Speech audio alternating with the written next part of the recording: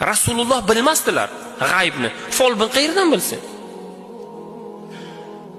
Biz o'ylagan eng hurmatli odamlar qayerdan bilsin? Payg'ambarlar bilmagan-ku g'aybni. Qora akalar, hoji akalar, domlalar, folbinlar kim bo'lishligidan qat'iy nazar biladigan odam yo'q. G'aybni bilaman deyaptimi? U demak folbin. U demak noto'g'ri odam u. Uni e'tiqodda adashgan odam. G'aybni bilmaydi hech kim. Duo qilishligi mumkin. Duo qilishligi mumkin. Alloh yaxshilik bersin. Rasululloh sallallohu alayhi va sallam sehrlashdi. Rasululloh haqida yomon sifat gapirishlik mumkin emas u. Rasululloh o'zlarini ozgina yo'qotib qo'ydilar. Boshlari g'ungullab yurardi. Boshlari og'rirdi.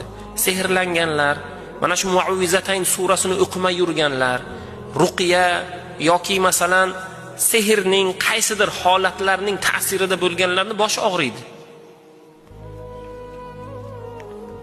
Rasululloh sallallohu alayhi va sallamga Jabroil alayhissalom Muavvizatayn surasini olib keldilar. Shu nozil bo'ldi.